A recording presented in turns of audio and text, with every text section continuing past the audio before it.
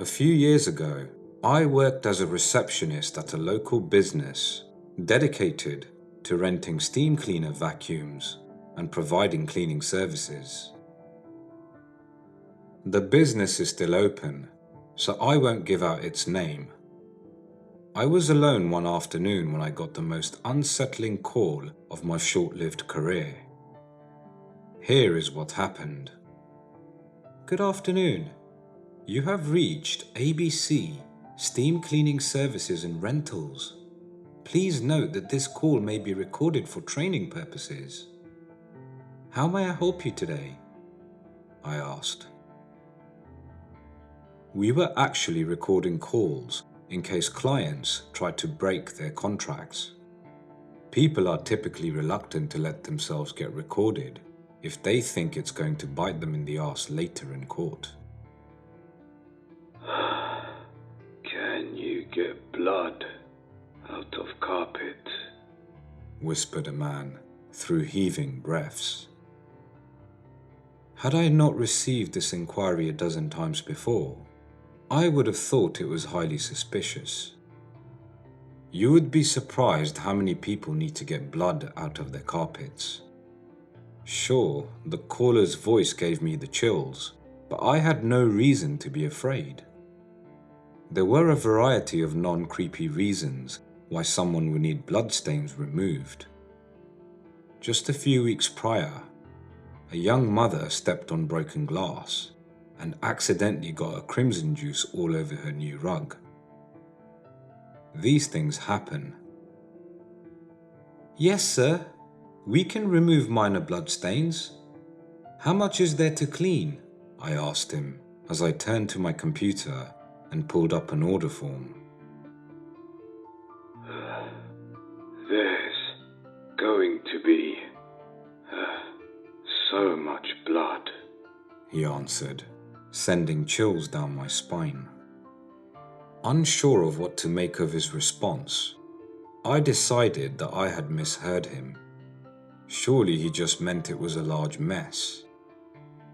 I minimized the order form and looked up our list of affiliates. There are companies specifically designed to clean up things like crime scenes, and we earned a 15% commission on referrals. We couldn't handle a large cleanup job, so I figured I would offer him an alternative. I understand, sir. Unfortunately, we can only tackle small to medium stains. If you like, I can transfer you to one of our partners. They'll be more than happy to take care of that for you, I told him cheerfully. For 5 whole minutes, all I heard was the sound of the man's abnormal, asthmatic breathing.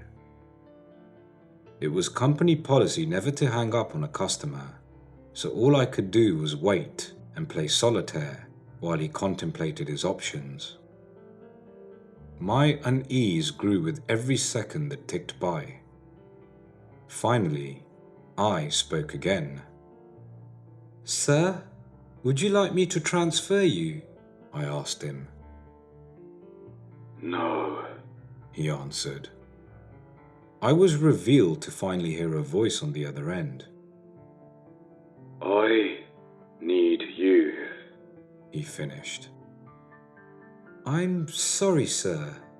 As I said before, it's not our mandate to clean large I began, but he quickly interrupted. You're going to lose so much blood, he told me, his stoic and hushed tone never faltering. To hell with company policy. I hung up without another word. While my heart attempted to leave by my body through my throat, I went online and performed a reverse lookup on the caller's phone number. I sincerely wished it belonged to one of my co-workers and that he had been playing a trick on me. It wasn't.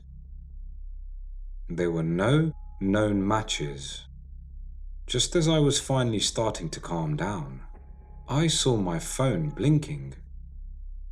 The same number appeared on the caller ID. Against my better judgment, My hand reached for the receiver and I brought it to my ear. Yes? I asked shakily. See you soon, he replied. I slammed the phone back down and got the hell out of the office, locking up behind me. Once I got home, I called my boss and told him I'd fallen ill. The next morning, I came into work and spotted a couple of squad cars in the parking lot. My boss was standing outside the front door, a worried expression on his face.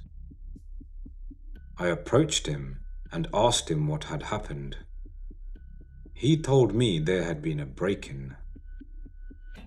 Holy shit! Is everyone all right? Was anything taken? I asked in shock. My boss scratched his head, giving me a perplexed expression. That's the weird thing. They just smashed your phone's recorder and took one of our old steam vacuums.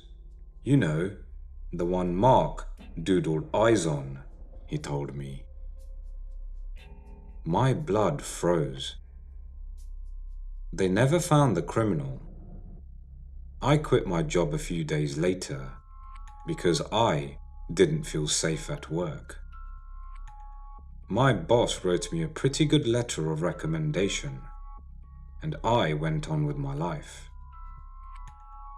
I probably wouldn't have thought about it again had I not found the old steam vacuum sitting on my front porch this evening, looking at me with its big cartoonish eyes. I called the cops, but they refused to come. They just told me that leaving junk on someone's property wasn't a crime that warranted their attention. But now, I know that he knows where I live. And worst of all, judging by the content of the vacuum's tank, he knows how to get bloodstains out of carpet now.